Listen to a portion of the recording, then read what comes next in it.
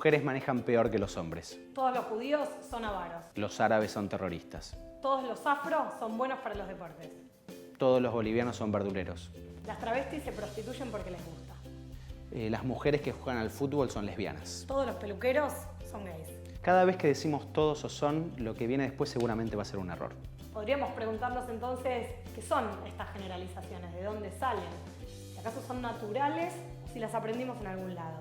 La discriminación históricamente la pensamos como una serie de prejuicios que se montan como ladrillos formando estereotipos que tienen que ver bastante con la ignorancia, pero ¿es solamente desde la ignorancia que uno discrimina? Podríamos pensar que un estereotipo es cuando yo desde afuera, parada afuera de donde estoy mirando, tomo un rasgo o una particularidad de un grupo de personas y se las aplico a todos por igual, sin preguntar, sin importar, ¿sí? Solamente yo, desde afuera, decido cómo son esas personas. Quizás no somos tan distintos, o todo lo contrario, somos muy distintos y eso es un desafío. Acá hay una pista. Acá podemos ver un dedo, que es absolutamente igualdad, o podemos ver bien cerquita y vemos una huella digital, que es única e irrepetible. Cuanto más cerquita estemos de la huella digital, más cerquita vamos a poder entender mejor a nuestros alumnos. A veces cuando hablamos de acoso escolar creemos que es una problemática propia de la escuela, que al tener la palabra escolar en el nombre del concepto, sucede dentro de la escuela. Saliste de la escuela y eso no pasa más. Sin embargo, si pensamos a la escuela como uno de los tantos ámbitos educativos, nos damos cuenta que es una forma más en las que estas prácticas de discriminación se llevan adelante, en donde quien sufre o quien realiza esas prácticas probablemente también cumpla cualquiera de estos dos roles afuera. La escuela no termina en la puerta, la escuela no termina cuando salí y tampoco empieza cuando entré.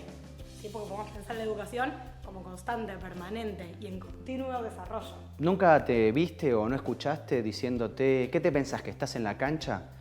En ese mensaje nosotros no estamos legitimando que en la cancha hay ciertas cosas que se pueden hacer. Claramente la educación pasa desde un lugar horizontal, como bien estábamos diciéndolo recién. Entonces lo que tenemos que hacer es, como primero, visibilizar esas prácticas que nosotros llevamos adelante. Cuando uno visibiliza las prácticas discriminatorias, dejan de tener el poder tan fuerte que tienen. Es una primera etapa, pero bueno, claramente es como una primera instancia. Entonces, la primera cuestión sería esto, empezar a ver esas prácticas que están naturalizadas en nuestra cultura y que pensamos que no existen. Aprendemos en la escuela, aprendemos en la cancha, aprendemos en casa, en la familia, en el colectivo, en la calle. Todos los días aprendemos, también todos los días enseñamos.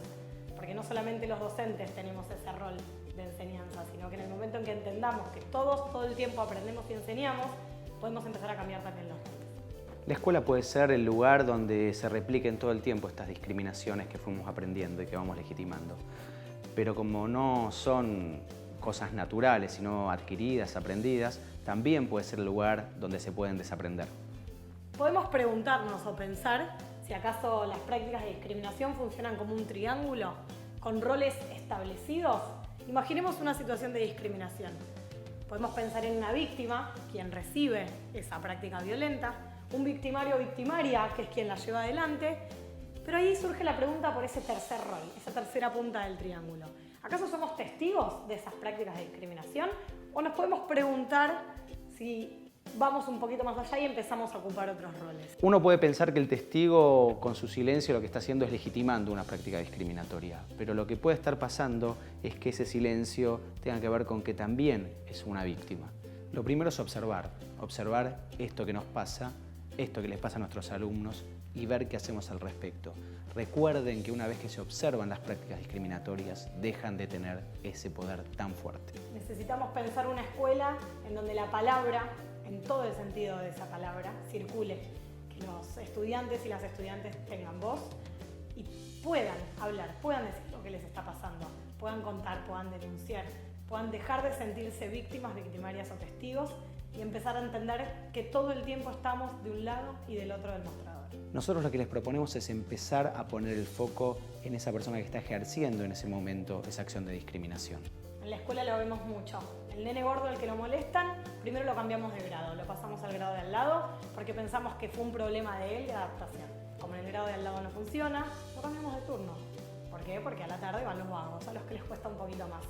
Y como cambiarlo de turno tampoco funciona, lo cambiamos de escuela. Pretendemos todo el tiempo que ese niño, esa niña, ese joven, ese adulto que fue víctima de una práctica de discriminación cambie su conducta. Y si empezamos a pensar distinto, ahí está nuestro rol, ahí está nuestra responsabilidad. Y no es solamente nuestra. Nosotros necesitamos una sociedad que piense que es posible el cambio, la diversidad, la inclusión. Nosotros somos en sociedad. Lo que estamos construyendo son futuros ciudadanos que puedan construir en sociedad estas diversidades. La escuela para la diversidad tiene que ser una escuela donde se permita, sea un colchón, esté acolchonada para que las identidades se puedan mostrar. Es muy difícil en una escuela como la que tenemos hoy, en muchos ámbitos, no digo en todos, poder mostrar orgullosamente que uno sabe quechua o aymara. No es un idioma que se puede tener en cuenta. No es un orgullo muchas veces, aunque lo sea realmente, tener ciertos saberes culturales, ciertas historias. Bueno, parte de estas cuestiones tienen que ver con poder modificar esas cuestiones de la adaptabilidad. Adaptarse también tiene que ver con poder mostrarse completamente quién es uno. Creo que todos nos tenemos que adaptar a ser adaptables y no a tolerar. La tolerancia acerca mucho al aguantar y la diversidad es la posibilidad de encontrarse con la diferencia. La diferencia es cada vez más posibilidad de ser yo. Nosotros como organización siempre lo que tratamos de generar son encuentros y diálogos. Diálogos donde el otro es un yo distinto a mí. ¿Eso qué plantea? No acuerdos en el diálogo, sino condiciones para ese diálogo. Condiciones de igual a igual en la diferencia. Preguntarnos y hacer la pregunta por qué otro sos vos, qué otro soy yo, qué otros somos, al fin y al cabo. Todos somos otros y otras. Fíjate que hasta en el lenguaje está acondicionado. Hay ciertas palabras que en lo masculino existen, se toman como una práctica aceptada, pero en lo femenino es una condena. Pensar entonces en que todos somos otros.